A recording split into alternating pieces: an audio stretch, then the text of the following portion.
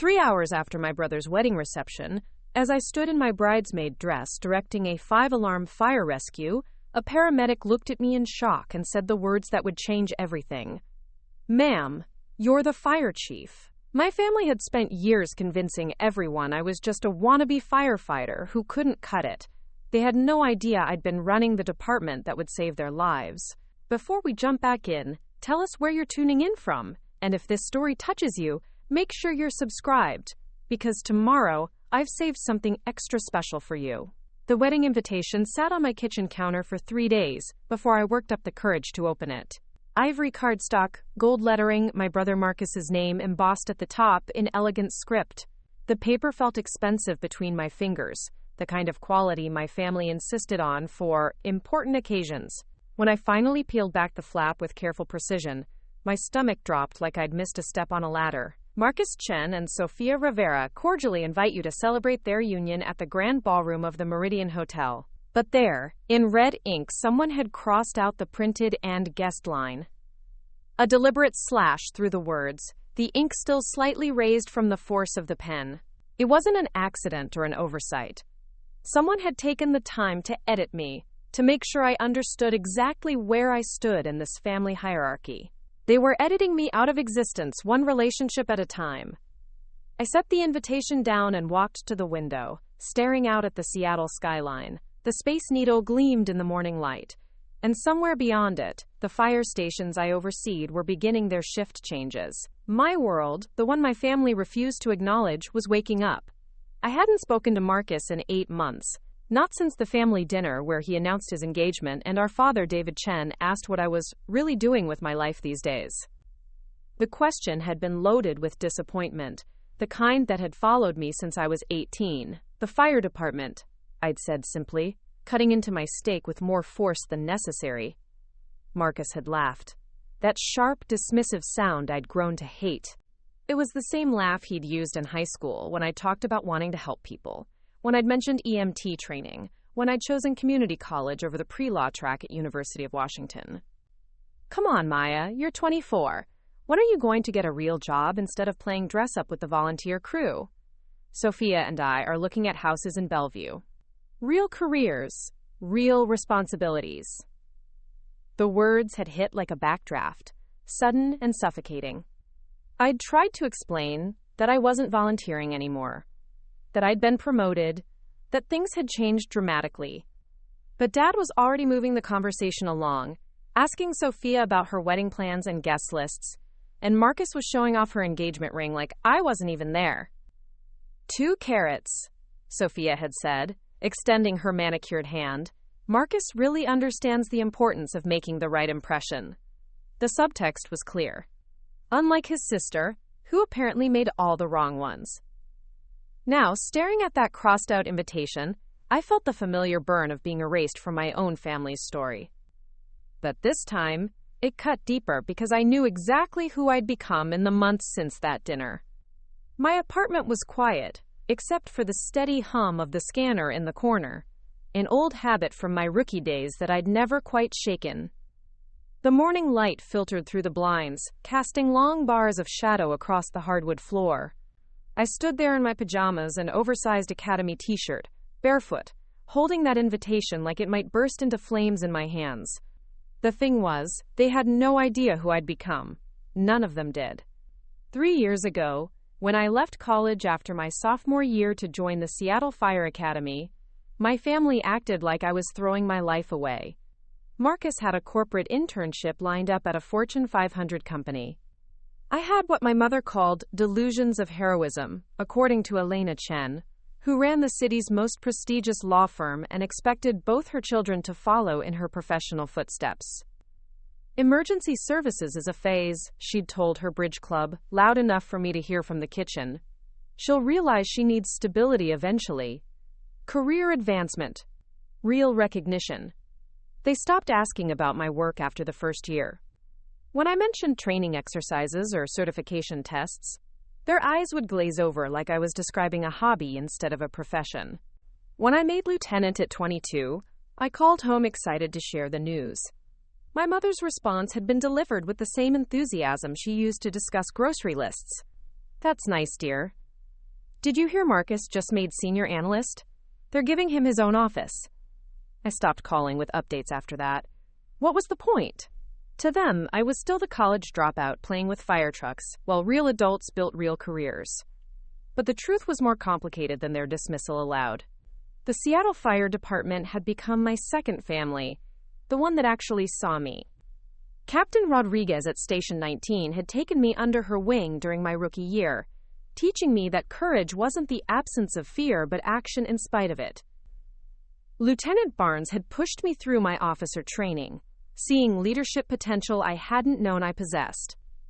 Chief Patterson, before his retirement, had mentored me through the complex politics of department management, and 6 months ago, everything had changed. Chief Patterson had announced his retirement after 30 years of service, and the mayor opened applications for his replacement.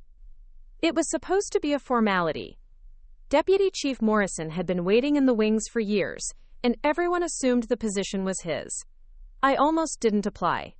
At 24, I figured I was at least a decade away from serious consideration for the top job. But Captain Rodriguez had cornered me in the apparatus bay one evening after a particularly challenging warehouse fire. "Chen," she'd said, her voice carrying the authority that made grown firefighters stand straighter. "You commanded that scene better than officers with 15 years more experience. The way you coordinated the ladder companies, managed the water supply, kept everyone safe while we got those civilians out. That wasn't luck. That was leadership." She'd handed me an application packet. "The department needs fresh thinking, new approaches, someone who understands modern firefighting but respects the traditions that keep us alive. Someone who earns respect instead of inheriting it." The application process had been grueling. Written exams on fire science, emergency management, personnel administration. Practical assessments where I'd commanded simulated emergency scenes while being evaluated by a panel of chiefs from neighboring departments. Interviews with city council members who asked pointed questions about budget management and public safety policy. Through it all, I'd told my family nothing. What was the point? They'd already decided I was playing dress-up. The day Mayor Rodriguez called to offer me the position, I'd been sitting in this same kitchen, reviewing personnel files and trying not to think about the family dinner I'd skipped the night before. When her number appeared on my phone, my hands had actually shaken. "Maya," she'd said without preamble, "congratulations, Chief." The word had hit me like a physical force. Chief. At 24, I was about to become the youngest fire chief in Seattle's history, responsible for 12 stations, 180 firefighters, and the safety of nearly 750,000 residents. "The ceremony is Thursday," Mayor Rodriguez had continued. "Press conference at City Hall, then the badge pinning at headquarters. This is a big deal, Maya. First female chief in the department's history, youngest ever appointed. The media attention will be significant." I'd wanted to call my family immediately, to share the moment that validated every choice I'd made since leaving college. But something had held me back. Maybe the memory of all the times they'd changed the subject when I mentioned work. Maybe the years of subtle dismissal disguised as concern. So I'd celebrated with my department family instead. The ceremony had been covered by 3 local news stations and the Seattle Times. I'd saved all the coverage, thinking maybe my family would want to see it eventually. I never sent the links. Now, staring at that crossed-out invitation, I understood why I'd hesitated. They didn't want to know who I really was. They wanted me to be who they thought I should be, unsuccessful enough to prove their point about my choices, but not so successful that it challenged their assumptions. The irony was brutal and perfect. Marcus worked in risk management for a mid-sized insurance company, spending his days in conference rooms, analyzing theoretical disasters and calculating probabilities. I spent mine preventing real disasters, making split-second decisions that meant the difference between families going home safe or not at all. His job was about protecting corporate assets. Mine was about protecting human lives. But in our family's hierarchy, his theoretical risks carried more weight than my literal life and death responsibilities. My phone buzzed against the granite countertop. A text from my mother. "Maya, please come to the wedding. It would mean so much to Marcus. He's been asking about you. Wear something appropriate. The Rivera family will be there, and they're very traditional. Even her attempts at reconciliation felt like insults wrapped in maternal concern. The subtext was clear. Don't embarrass us. Don't make a scene. Be the version of yourself that fits our narrative. I walked to my bedroom and opened the walk-in closet I'd had installed when I bought this condo. It was organized with military precision. Work uniforms on the left, civilian clothes in the center, formal wear on the right. Past the designer dresses my mother had bought me for important occasions, hung my dress uniform. Navy blue with gold insignia, my badge polished to a mirror shine. 5 years of awards and commendations lined up like tiny monuments to a career my family refused to acknowledge. The chief's badge was heavier than the others, its weight a constant reminder of the responsibility I carried. I touched it now, remembering the moment Mayor Rodriguez had pinned it to my chest 6 months ago. "You've earned this," she'd said, her voice carrying across the packed headquarters auditorium. "The youngest chief in the city's history, and the most qualified candidate we've seen in years. Your innovative approaches to fire prevention, your leadership during the Belltown high-rise incident, your work bridging community relations. These aren't just credentials, they're proof of character." The audience had included firefighters from every station, city officials, representatives from neighboring departments. 300 people who understood exactly what this moment meant. My parents hadn't been there. They'd been at Marcus's company retreat that weekend, a scheduling conflict they'd mentioned casually over dinner the week before. "Work things," Mom had said with a wave of her hand. "You understand." Except I didn't understand. I understood that when Marcus had received a small promotion, they'd thrown him a dinner party. When I'd become the youngest fire chief in the city's history, they'd had other plans. My therapist, Dr. Kim, had warned me about this pattern during our sessions. "Maya, you're seeking validation from people who've already decided not to see you," she'd said, her voice gentle but firm. "You can't make them proud if they've committed to being disappointed." But this was Marcus's wedding. My little brother, despite everything. The kid I'd taught to ride a bike when he was 6, and I was 8, staying patient through his wobbles and fears. The teenager I'd helped with calculus homework, even though math had never been my strength. The college freshman I'd covered for when he'd wanted to skip family dinner to go to parties, making excuses to mom and dad so he wouldn't get lectures about responsibility. Somewhere under all the professional success and family expectations was the boy who used to build elaborate blanket forts with me in the living room, creating imaginary worlds where we were explorers and adventurers. The kid who'd told me I was the coolest person he knew when I'd signed up for the junior firefighter program at 16. What had happened to that boy? When had he started seeing my choices as failures instead of following dreams he'd once admired? I pulled out my phone and scrolled through our old text conversations. The last real exchange had been 3 months ago, after a major apartment fire in Capitol Hill where my team had rescued a family of 4. The story had made local news, complete with footage of me coordinating the response. I texted him the link, thinking maybe he'd be proud. His response had been brief. "Saw it. Glad everyone's okay. Busy week at work. No congratulations. No acknowledgement of the complexity of the operation or the lives saved. Just polite dismissal, like I'd sent him a weather update." Before that, our conversations had grown increasingly surface level. He'd share pictures from business dinners and golf outings with colleagues. I'd mention department achievements or training exercises. We'd both respond with thumbs-up emojis and move on, like strangers being polite on social media. When had we become so foreign to each other? I picked up the invitation again, studying the elegant script and expensive paper. The venue was the Grand Ballroom at the Meridian Hotel, the same place where the mayor held state dinners and the city threw galas for major donors. A place where my dress uniform would fit perfectly, where my rank would command automatic respect from anyone who understood public service. But they didn't want Chief Maya Chen at this wedding. They wanted Maya, the family disappointment, the one who'd justified their years of gentle condescension and worried conversations about my future. I walked to my desk and pulled out a pen, my hand hovering over the RSVP card. Part of me wanted to check the will not attend box and be done with it. Let them have their perfect wedding without the complication of my actual life. Let Marcus start his marriage without having to explain why his sister chose such an unconventional path. But that felt like giving up, like accepting their version of who I was instead of insisting on who I'd become. Maybe Dr. Kim was right about seeking validation from people committed to disappointment, but maybe she was also right about something else she'd told me. Maya, sometimes the most radical act is simply existing authentically in spaces that want you to be smaller. This was Marcus's wedding. But it was also my opportunity to exist authentically in a space that had been trying to make me smaller for years. I thought about the firefighters under my command, men and women who looked to me for leadership in moments when seconds meant the difference between life and death.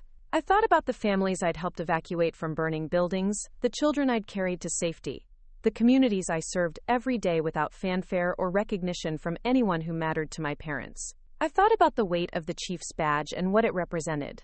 Not just personal achievement, but responsibility to something larger than family politics and social expectations. Sometimes you have to walk through fire to get to the other side. I checked the box, will attend. Under it, I wrote, Chief Maya Chen. If they wanted to erase my personal relationships, fine. But my professional identity was something they couldn't cross out with a red pen. Whether they acknowledged it or not, I was going to that wedding as exactly who I'd become. Someone who ran toward danger while others ran away. Someone who made decisions under pressure that kept communities safe. Someone whose job was literally to save lives. I sealed the envelope with more force than necessary and walked to the mailbox in my apartment building's lobby. My bare feet were cold against the polished concrete, but I didn't go back for shoes. There was something fitting about making this decision while underdressed and uncomfortable. A reminder that important moments rarely waited for perfect circumstances. As I dropped the envelope into the slot, I heard the familiar crackle of my radio from upstairs. Even off duty, I kept it on, another habit that drove my family crazy, but kept me connected to the work that defined me.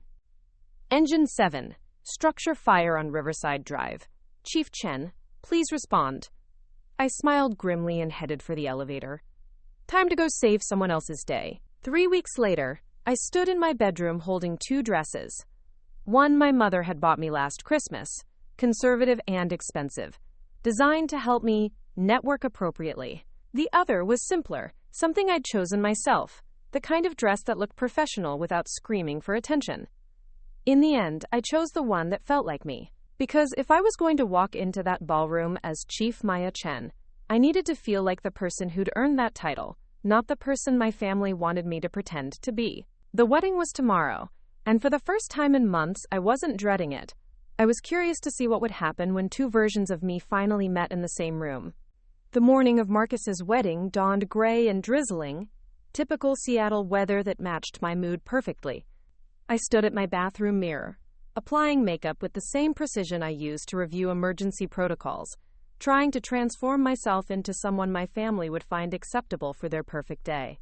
But as I worked, my mind kept drifting back to the last time I'd gotten dressed up for a family event, Marcus's college graduation 3 years ago. Back then, I'd been a rookie firefighter, barely 6 months out of the academy, still learning how to handle myself in burning buildings and emergency situations. I'd been excited to share stories about my training, about the lives we saved, about finding my calling. The graduation party had been held at our parents' house in Queen Anne, their sprawling, Tudor-style home, with its perfectly manicured garden and view of Elliott Bay. I remembered walking into that party in my best dress, proud and eager to connect with family I'd barely seen since starting at the fire department. Marcus had been the golden child that day, fresh from University of Washington with his business degree and a job offer from Cascade Insurance already in hand. Dad had made toast after toast about his son's bright future, about following in the family tradition of professional success, about making smart choices that would lead to stability and respect. To Marcus, Dad had said, raising his glass of expensive scotch, who understood that education and strategic career planning are the foundations of a meaningful life. The implication had been clear. Unlike his sister, who'd thrown away her college opportunities for what he called manual labor with a fancy uniform, I'd tried to join the conversation during dinner, mentioning a recent call where we'd rescued a family from a house fire in Ballard. I'd thought it was an impressive story. Quick thinking, coordinated teamwork, lives saved. But the table had gone quiet, the kind of uncomfortable silence that happens when someone brings up something deemed inappropriate for polite company. Maya, Mom had said gently, this is Marcus's day, let's keep the conversation light. Light. As if saving lives was somehow too heavy for their dinner table. Later that night, I'd overheard Mom talking to her sister in the kitchen, while I helped clear dishes. I just don't understand where we went wrong with Maya, she'd said, her voice carrying the particular tone of disappointment she'd perfected over the years. Marcus has always been so focused, so ambitious. But Maya, she's always been drawn to these dramatic gestures instead of building something real. Maybe it's a phase, Aunt Linda had replied. She's young. She'll realize she needs more stability eventually. I hope so. David and I have worked so hard to build our reputation in this city. Having a daughter who plays with fire trucks instead of building a real career. It's embarrassing at charity events when people ask what she does. I'd stood frozen in the hallway, holding a stack of dessert plates, feeling like I'd been punched in the stomach. Plays with fire trucks. That's how my mother described work that required me to run into burning buildings while everyone else ran out. That conversation had changed something fundamental between us. I'd stopped trying to share my world with them after that, stopped expecting them to understand that what I did mattered. But I'd never stopped hoping that someday they'd see me differently. Now, 3 years later, I was chief of the entire department, responsible for the safety of nearly 750,000 people. But I knew that if I walked into today's wedding and mentioned my promotion, the response would be the same polite dismissal, the same subtle redirection to Marcus's latest corporate achievement. The irony was that Marcus's job at Cascade Insurance literally depended on people like me. Every time my department responded to a fire, every time we prevented a small incident from becoming a major catastrophe, we were protecting the assets his company insured. His theoretical risk models meant nothing without firefighters willing to turn theory into action. But explaining that would require them to see my work as legitimate, and they'd made it clear that wasn't going to happen. I finished my makeup and moved to my closet, pulling out the dress I'd chosen, a deep navy blue that complemented my coloring without screaming for attention. As I slipped it on, I caught sight of my reflection in the full-length mirror. I looked professional, composed, like someone who belonged in the same room as insurance executives and lawyers. But I also looked like someone playing a role, pretending to be a version of myself that my family could tolerate. My phone buzzed with a text from Marcus. Looking forward to seeing you today. Thanks for coming. It was the first direct communication I'd had from him since the RSVP, and it was so formal it could have been a template message. No warmth, no acknowledgement of the months of silence between us, just polite obligation. I started to type a response, then deleted it. What was I supposed to say? Thanks for crossing out my +1? Sorry I don't fit your image of who your sister should be? Instead, I sent back, congratulations, see you at the church. Equally formal, equally distant. We'd become strangers who happened to share DNA. The drive to Sacred Heart Cathedral took me through downtown Seattle, past the fire stations that reported to me, past the neighborhoods where my crews responded to calls every day. I knew this city from a perspective my family couldn't imagine, not as tourists or business professionals, but as someone responsible for keeping it safe. Station 5 was hosting a community fire safety event in their parking lot as I drove past. I could see families with children learning about smoke detectors and escape plans, firefighters demonstrating equipment, kids trying on helmets that were too big for their heads. It was the kind of community outreach I'd expanded since becoming chief, the kind of work that prevented emergencies instead of just responding to them. I'd tried to tell Dad about these programs once, thinking he might appreciate the strategic planning involved, the way we'd reduced response times and improved safety outcomes through proactive engagement. His response had been a distracted nod, and a comment about Marcus's latest client presentation. The cathedral was already crowded when I arrived, a sea of designer suits and expensive dresses that screamed corporate success.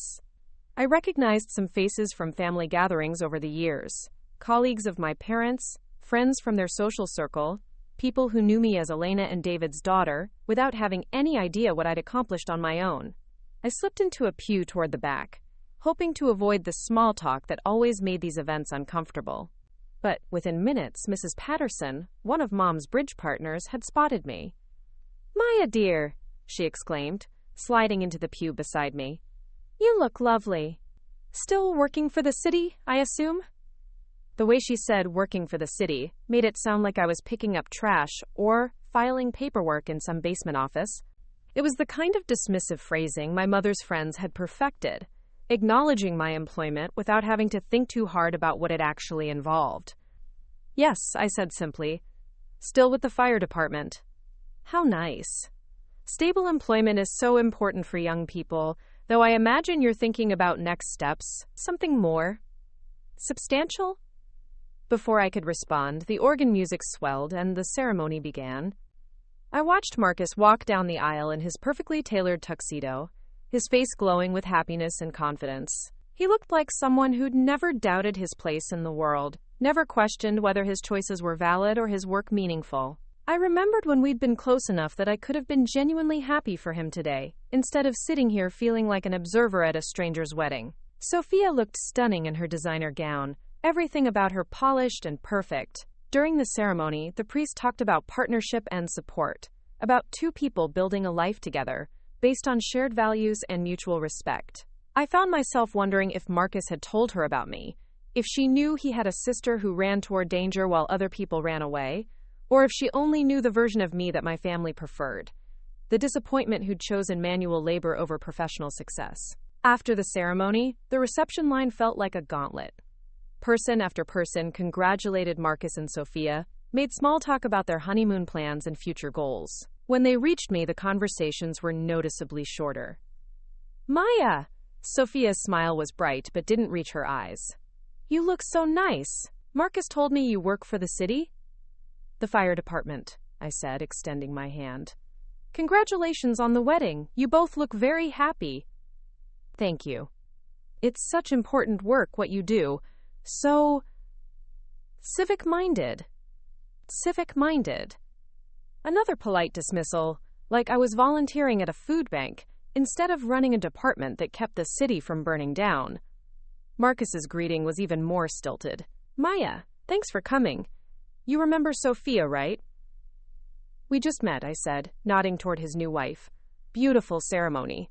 Yeah, everything came together perfectly. He glanced around, already looking for the next person in line.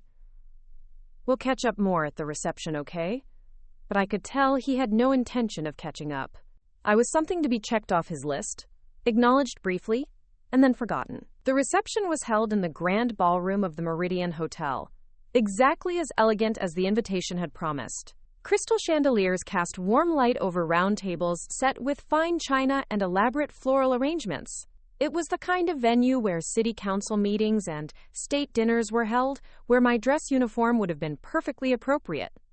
But I wasn't here as Chief Maya Chen tonight. I was here as the family disappointment, the one who'd chosen a path they couldn't understand or respect. I found my assigned seat at table 12, far from the head table where Marcus and Sophia held court. My table mates were a mix of distant relatives and plus ones, people who didn't know me well enough to ask uncomfortable questions about my career choices. During dinner, I listened to conversations about stock portfolios and vacation homes, about private school applications and country club memberships. It was a world I'd grown up in but never felt part of, a culture that measured worth in terms of salary and social status rather than service and sacrifice. At one point, cousin Jennifer, who worked in marketing for a tech company, turned to me with wine-loosened curiosity. So Maya, Mom mentioned you're still doing the firefighter thing. That's so brave. But what's your real plan? I mean, long-term? The question hit like a familiar slap. My real plan. As if my current job were somehow fake. A temporary detour before I came to my senses and joined the ranks of respectable professionals. This is my real plan, I said calmly. I'm the fire chief for the city of Seattle. Jennifer's eyes widened slightly, but before she could respond, Uncle Robert jumped in with a laugh. Chief of what, exactly? Don't you have to be, like 50 and male to be a fire chief? The table went quiet for a moment, everyone suddenly interested in their salmon or their wine glasses. I felt the familiar heat of embarrassment mixed with anger, the sensation of being dismissed by people who knew nothing about what I'd accomplished. I'm the youngest chief in the city's history, I said evenly. I oversee 12 stations and 180 firefighters. We respond to about 80,000 calls per year. Wow, Jennifer said, clearly not sure how to process this information. That's actually really impressive. But Uncle Robert wasn't ready to let it go. Okay, but what's the salary situation? Because I can't imagine city work pays particularly well. Marcus is pulling down 6 figures at Cascade, plus bonuses. Real financial security. The implication was clear. Real jobs paid real money, and anything else was just expensive volunteering. I could have told him that my salary was actually quite competitive, that the benefits package was excellent, that I'd bought my condo with money I'd earned through competence and leadership rather than family connections. But I was tired of defending my choices to people who'd already decided they weren't valid. I do fine, I said, and turned my attention to my dinner. The evening continued with the usual wedding rituals, toasts that praised Marcus's business acumen and Sophia's beauty, a first dance that looked like something from a magazine spread, cake cutting that provided perfect photo opportunities for social media. During Marcus's speech, he thanked his parents for their guidance and support, his new in-laws for welcoming him into their family, his colleagues for their friendship and mentorship. He talked about building a life based on solid foundations and shared values. Paso y never mentioned me. Paso y teach, not as his sister, not as someone who'd been part of his life for 26 years, not even as a guest whose presence he appreciated. I sat at table 12, invisible in my navy dress, wondering when I'd become so forgettable to the person who used to be my closest ally. As the evening wound down, I found myself standing on the hotel's outdoor terrace, looking out at the Seattle skyline. The city lights twinkled below, and somewhere out there, my firefighters were working their shifts, responding to calls, keeping people safe while everyone else enjoyed their Saturday night. I'd received 3 text updates during the reception. A kitchen fire in Belltown that Engine 3 had handled quickly, a medical call in Capitol Hill where the crew had stabilized a heart attack victim, and a minor fender bender on I-5 that required traffic control but no major response. Normal Saturday night stuff, the kind of routine emergencies that kept the city functioning while people like Marcus's wedding guests lived their lives without ever thinking about who was standing ready to help when things went wrong. Maya. I turned to find Marcus approaching, his bow tie loosened and his hair slightly mussed from dancing. For a moment, he looked like the little brother I remembered, the one who used to confide in me about everything. Hey, I said. Great party. Sophia seems really happy. Yeah, she is. We both are. He joined me at the railing, looking out at the view. I'm glad you came tonight. Are you? The question came out sharper than I'd intended. He was quiet for a moment. Maya, I know things have been weird between us. I know tonight wasn't. I mean, I should have. Should have what? Introduced me to your friends? Mentioned that your sister runs the fire department that keeps this city safe? Acknowledged that I exist? It's complicated. No, Marcus, it's really not. I turned to face him fully. You're embarrassed by what I do. You and Mom and Dad. You're all embarrassed that I chose service over profit. That I care more about helping people than making money. You've decided my life doesn't count because it doesn't fit your definition of success. That's not fair, isn't it? When's the last time you asked about my work? When's the last time you showed any interest in what I've accomplished? I became the youngest fire chief in Seattle history 6 months ago, and you have no idea because you've never once asked about my career. Marcus stared at me, and for a moment I saw surprise flicker across his face. Fire chief? You're the actual chief? Yes, Marcus, I'm the actual chief. I run the entire department. I make life and death decisions every day. I've saved more lives in the past year than you'll impact in your entire insurance career. But you don't know that, because you stopped caring about my life the moment I chose a path you couldn't understand. He was quiet for a long time, processing this information. Finally, he said, Why didn't you tell us? I tried. You weren't listening. The silence stretched between us, filled with years of misunderstanding and missed connections. Somewhere in the distance, I heard the faint sound of sirens. One of my crews responding to a call, doing the work that mattered while I stood on a hotel terrace trying to explain my worth to someone who should have seen it all along. I should go, I said finally. Congratulations on your marriage, Marcus. I hope you and Sophia are very happy together. I started to walk away, but his voice stopped me. Maya, wait, I'm sorry. I didn't know. I should have asked, should have paid attention. I guess I just assumed. You assumed I was still the family screw-up. The college dropout who couldn't figure out her life.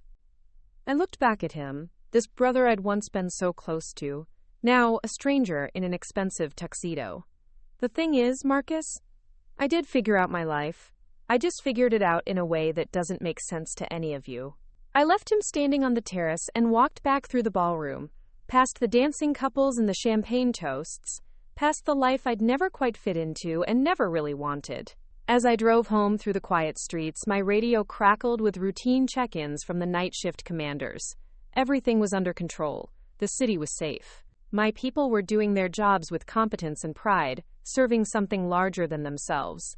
In a few hours, I'd be back at headquarters, reviewing reports and planning schedules, making decisions that affected thousands of lives. I'd be Chief Maya Chen again, respected and valued for exactly who I was. But tonight, I'd been reminded of who I was supposed to be instead, and why I'd stopped trying to be her a long time ago. Sunday morning arrived with the kind of crisp clarity that only comes after a storm has passed. I woke in my own bed, still wearing the navy dress from the wedding, my makeup smeared and my carefully styled hair a mess. For a moment, I lay there staring at the ceiling, replaying the conversation with Marcus on the hotel terrace. Why didn't you tell us? The question had haunted my dreams, not because it was unfair, but because it revealed how fundamentally my family misunderstood our relationship. They thought I'd been hiding my success. In reality, I'd been shouting it into a void, watching my achievements disappear into their polite disinterest like stones dropped into deep water. My phone showed 17 missed calls and 43 text messages. For a wild moment, I thought maybe Marcus had told everyone about my promotion, that the family was finally ready to acknowledge what I'd become. But as I scrolled through the messages, my heart sank.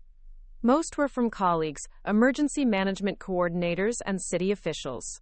The calls were from Deputy Chief Morrison, Captain Rodriguez, and Mayor Williams's office. Something was wrong. Very wrong. The most recent text was from Morrison, sent 20 minutes ago.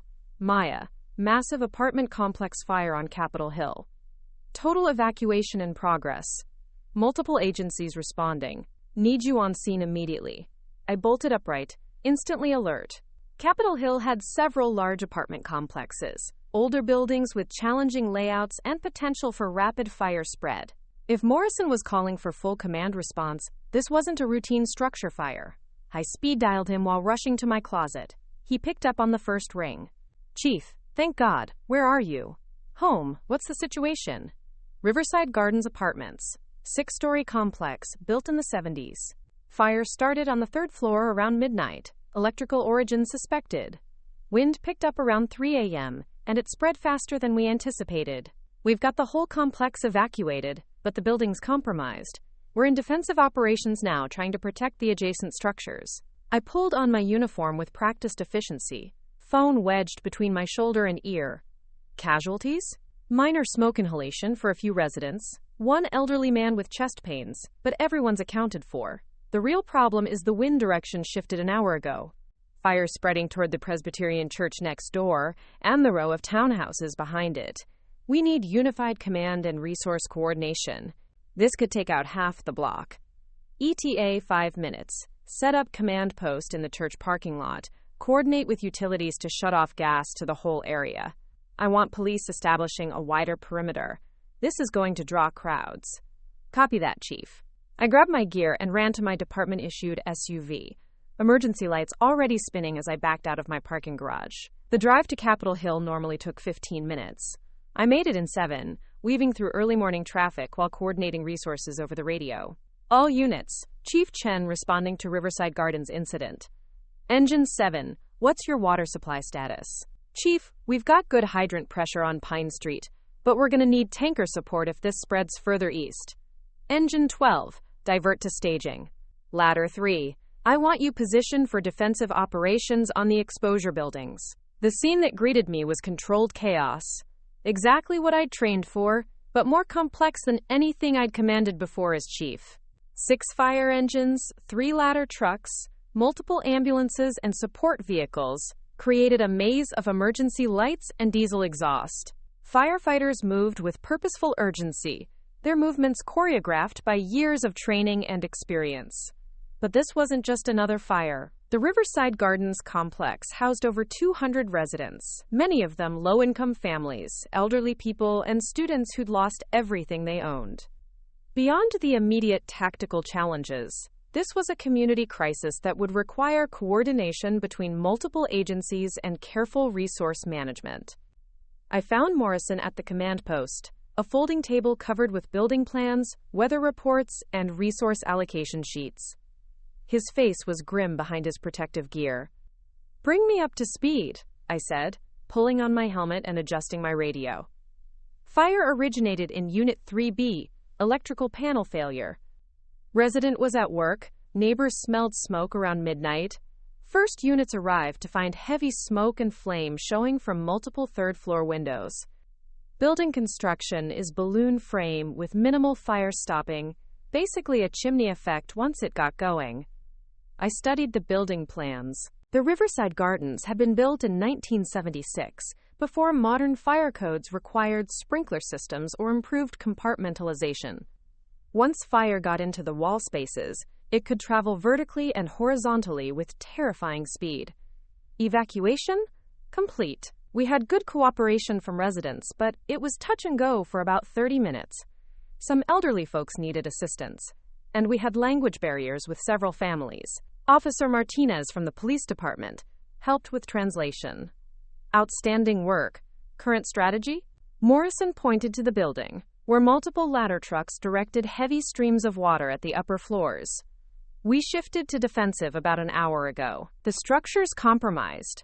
Part of the fourth floor collapsed into the third, and we're seeing serious degradation of the load-bearing walls. Safety officer pulled all interior crews.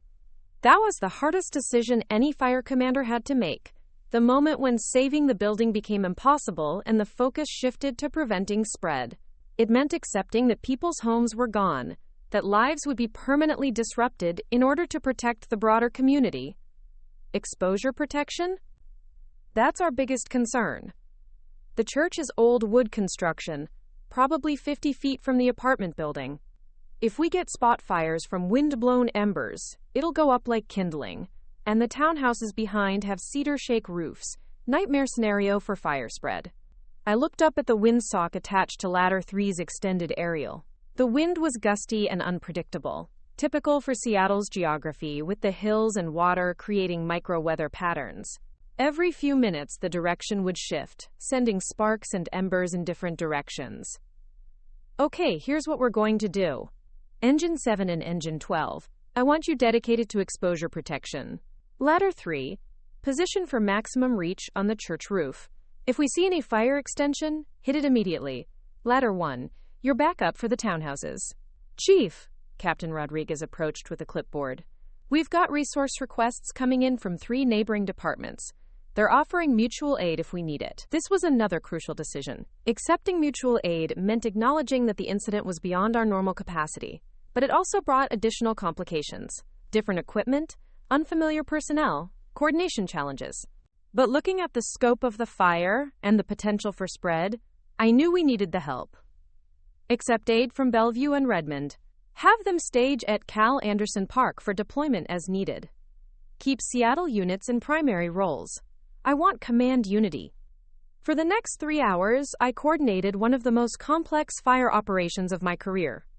We managed to save the church and all but 2 of the adjacent townhouses. The apartment building was a total loss, but we'd prevented a neighborhood catastrophe that could have displaced hundreds more families. By 10 a.m., the immediate danger had passed. The fire was under control, though crews would remain on scene for hours dealing with hotspots and overhaul operations. I was reviewing resource demobilization plans with Morrison when I heard a commotion near the perimeter. Chief Chen? Chief Chen! I looked up to see a news crew pushing through the crowd of onlookers, followed by what appeared to be city officials and several people I didn't immediately recognize. Leading the group was Councilwoman Sarah Kim, who served on the Public Safety Committee. Chief Chen, she said, slightly out of breath. We've been trying to reach you all morning. This response has been incredible.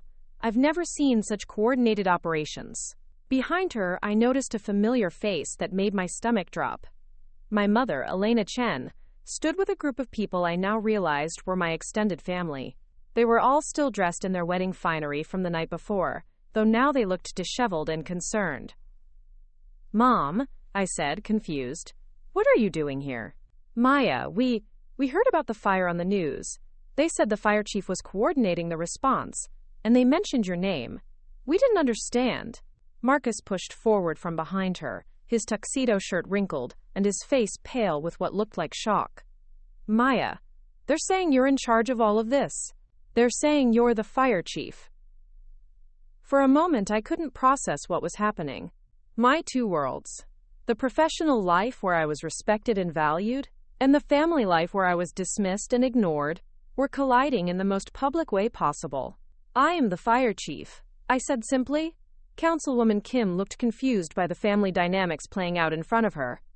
"Chief Chen, the mayor wanted me to personally thank you for your leadership today. The coordination between agencies, the resource management, the community protection. It's exactly the kind of innovative command structure we hoped for when we appointed you. The words hung in the air like smoke. I watched my mother's face change as the reality sank in.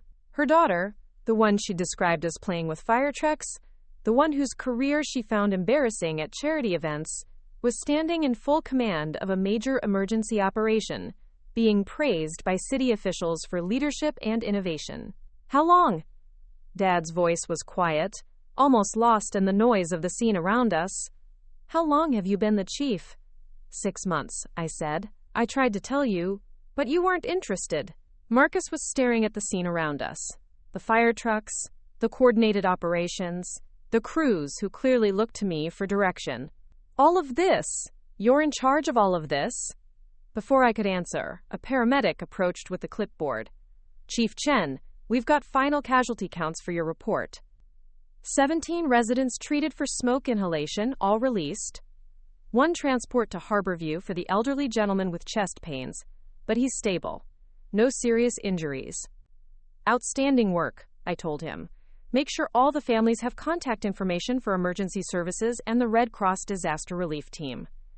"Yes, ma'am." As he walked away, I became aware that my entire family was watching this interaction with expressions I'd never seen before. Not dismissal or polite tolerance, but something that looked like respect? Confusion? I wasn't sure. Captain Rodriguez appeared at my shoulder. "Chief, media's requesting a statement. Standard post-incident briefing?" This was routine. After major incidents, the department always provided public information about response times, outcomes, and community impact. But with my family standing there, it felt surreal. "Set it up near the command post. 5 minutes." I turned back to my family, all of whom were staring at me like they'd never seen me before. In a way, I suppose they hadn't. They'd seen Maya, the family disappointment, Maya, the college dropout, Maya, who played with fire trucks. They'd never seen Chief Chen, the person who made life and death decisions and coordinated complex emergency operations. "Maya," Mom said slowly, "I think we need to talk." "Actually," I said, "I need to give a press briefing, then I have about 4 more hours of work here." Fire scenes don't clean themselves up. For the first time in my adult life, I watched my mother struggle for words. The woman who commanded courtrooms and intimidated opposing counsel was speechless because her daughter was competent at something she'd never bothered to understand. "But after that," I continued, "if you really want to know what I do, you're welcome to stay and watch. Just don't get in the way of the crews." The press briefing was standard: incident timeline, response statistics, praise for the coordinated efforts of all agencies involved. But I was aware of my family watching from the crowd, seeing me handle questions with confidence and authority, seeing the deference shown to me by other officials. "Chief Chen," one reporter asked, "this appears to be one of the largest coordinated responses we've seen this year. Can you walk us through the command decisions that prevented this from becoming a much larger disaster?" I explained the defensive strategy transition, the resource allocation for exposure protection, the mutual aid coordination. Technical details that my family had never shown interest in hearing, but which represented the difference between a neighborhood tragedy and a controlled emergency. After the briefing, I returned to coordinating the demobilization, releasing mutual aid resources, conducting equipment checks, ensuring all personnel were accounted for. My family stood to the side, watching operations they'd never imagined I was capable of directing. Around 2 p.m., as the last of the major apparatus was preparing to leave the scene, Marcus approached me again. Maya, can we talk? I looked around the scene. Most of the immediate work was done, though a crew would remain on fire watch for the rest of the day. For the first time since arriving, I had a few minutes. Sure. We walked away from the command post, toward the edge of the security perimeter. The destroyed apartment building loomed behind us, a stark reminder of what happens when everything goes wrong. But the church stood intact, and the townhouses were undamaged. Success in the fire service was often measured by what didn't burn. I had no idea, Marcus said finally. I mean, I knew you worked for the fire department, but I thought you were just a regular firefighter. I didn't know you were in charge of all of this. I tried to tell you. Multiple times. You just weren't listening. But why didn't you make us listen? Why didn't you force us to understand? I considered the question.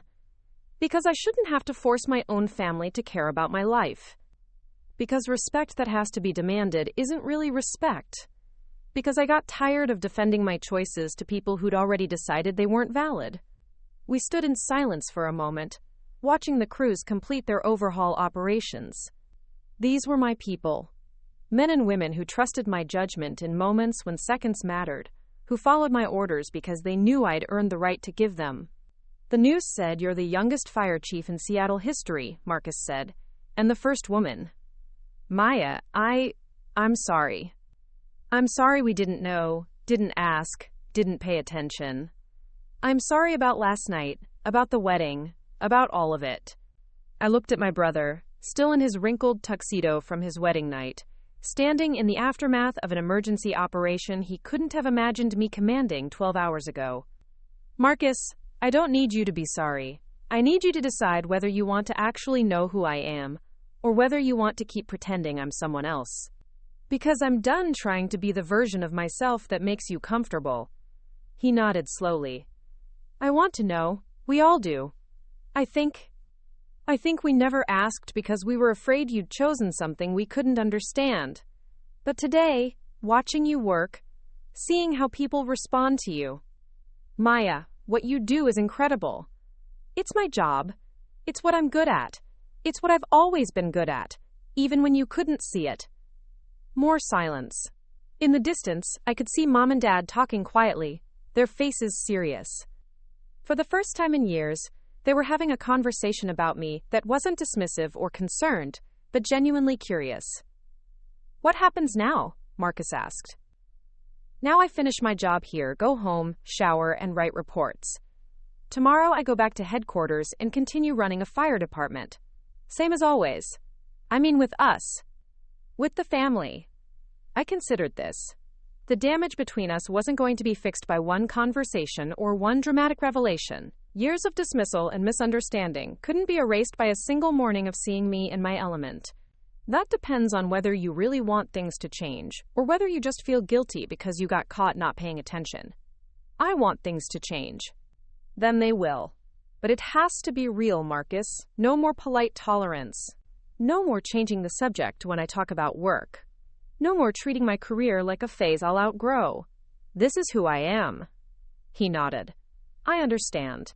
As we walked back toward the family group, I felt something shift. Not resolution.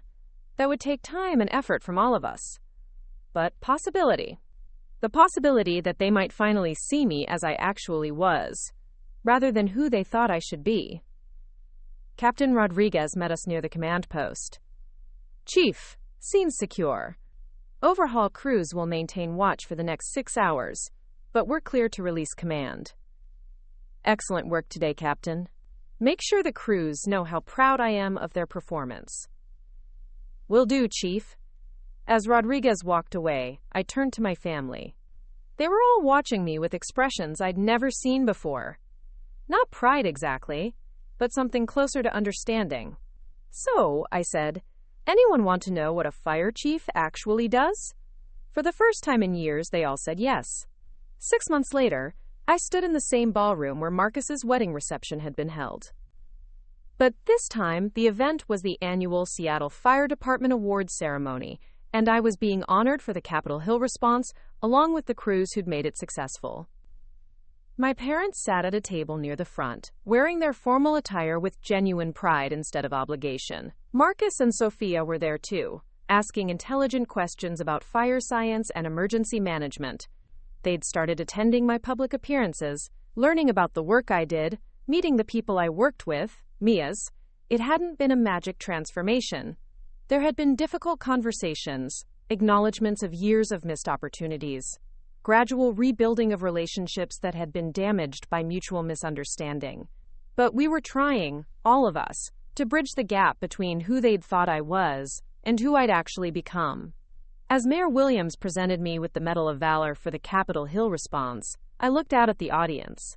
Firefighters, city officials, community leaders, and my family, all together in the same room, finally seeing the same version of me.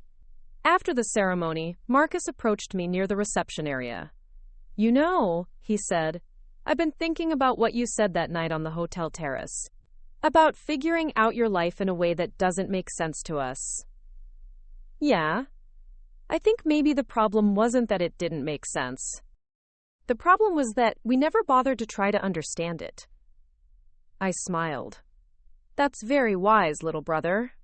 I learned from a very smart big sister." As the evening wound down, I found myself back on a hotel terrace, looking out at the Seattle skyline. But this time, I wasn't alone.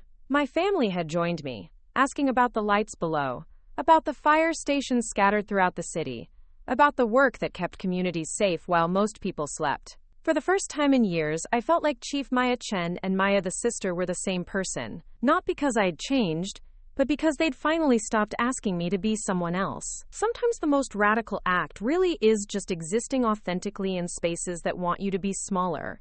Sometimes you have to walk through fire to reach the other side, and sometimes, if you're very lucky, the people who matter most will eventually follow you there.